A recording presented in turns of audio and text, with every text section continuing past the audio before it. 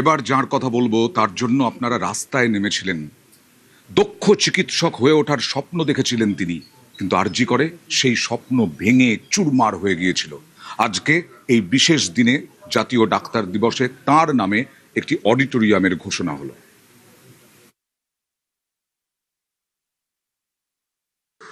অভয়া আর না, অভয়া আর না, অভয়া আর না, আমরা থাকতে এই জিনিস বরদাস্ত করব না। 1 জুলাই বুধবার জাতীয় চিকিৎসক দিবস, বিধানচন্দ্র রায়ের জন্মদিন। এই দিনে সম্মান জানানো হলো এমন এক চিকিৎসককে যার স্বপ্ন অকালেই শেষ হয়ে গেছে। অভয়া। আরজি করে ঘটে যাওয়া নৃশংস অপরাধ যার প্রাণ কেড়ে নিয়েছে। বদলের বাংলায় ডক্টরস ডের দিন চিকিৎসক অভয়াকে সম্মান।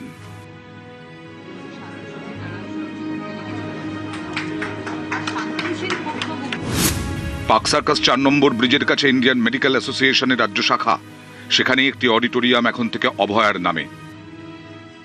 ছোটবেলা থেকে ও যখন ডাক্তার হবে বলতো, আমরা শুধু ওর স্বপ্নটাই পূরণ করে গেছি। যারা আমার মেয়েকে খুন করেছে সেই ডাক্তারদের আমি মানুষ বলেই গণ্য করি না। মানুষ হলে আমার ফুটফুটে সুন্দর মেয়েটার স্বপ্ন এইভাবে ভেঙে যেত না। বিচারের অপেক্ষায় সারা বিশ্ব, আর এই বিচার হলে স্বাস্থ্য দপ্তরের অনেক দুর্নীতি দূর হবে। শুধু ওর বিচারটার জন্য আমি কোথাও কম্প্রোমাইজ হব না।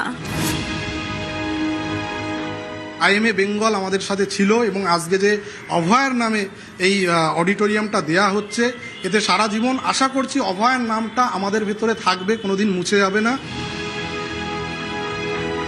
9 আগস্ট 2024, সেদিন ছিল এক শুক্রবার, শোকের বার।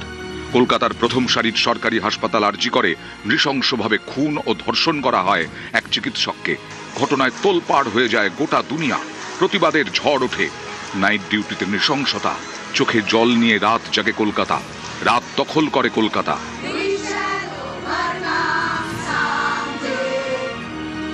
তৃণমূল জামানায় আরজি করে তদন্ত নিয়ে বিস্তর অভিযোগ ওঠে।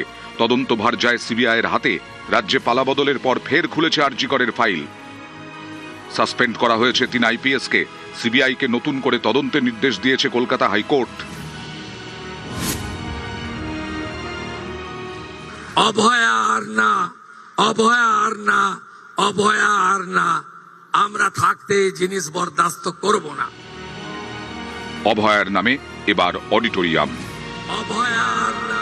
নিউজ 18 বাংলা।